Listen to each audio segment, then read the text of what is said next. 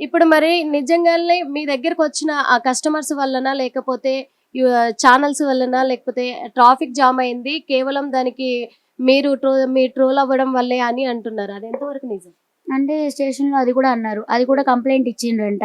హ్మ్. పోలీస్ వాళ్ళంటమైతే. మీరే కావాలని వీడియోలు తీపిచ్చుకున్నారంట డబ్బులిచ్చి మరి అని చెప్పి కూడా అవసరమా అని కొంచెం ఇది చేశారు.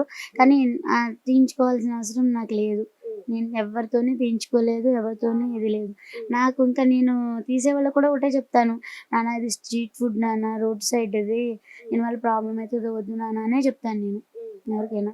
ఇప్పుడు అలా కస్టమర్స్ అలా నాకు అలా అంత ఇదిగా ఇచ్చేస్తుంటే కూడా నాకు ఎంతో అసలు బండి కూడా తినీకుండా అట్లా అంటుంటే ఇదేంటి ఇట్లా ఇదని అసలు ఆశ్చర్యం వేసింది అట్లా. ఇప్పుడు అక్కడ అన్ని స్ట్రీట్ ఫుడ్ క్యాంటీన్స్ ఉన్నాయి కదా! వాళ్ళందరికీ రాని ప్రాబ్లమ్ మీకెందుకొచ్చింది? అదే అర్థం కాలేదు. నేను నిన్న సార్ వాళ్ళని అడిగాను. సార్ ఎందుకు సార్ నేనేం తప్పు చేశాను సార్? 10 మంది కడుపు నిండా అన్నం పెట్టడం తప్ప, ఎందుకు మా వెహికల్ ఎందుకు ఆపారు? ప్లీజ్ సార్ దింపుకుంటాను. అందరూ అమ్ముకుంటున్నారు కదా! అప్పుడే అన్ని వెహికల్స్ వచ్చినాయి. వాళ్ళని దింపనిచ్చారు. అదొక్కటి మాత్రం దింపనివ్వలేదు. అది వీడియోస్‌లో కూడా వచ్చింది. అప్పుడు నాకు బాధ అనిపించింది. ఎందుకు సార్ ఇలా చేస్తున్నారు? ప్లీజ్ సార్ ఇంతమంది ఆకలితో ఉన్నారు. ప్లీజ్ సార్ కొంచెం దింపుకొనివ్వండి సార్. ఒక్క 10 నిమిషాలు సార్ అని అన్నాను. దింపుకోమని సరే అని చెప్పి అన్నారు.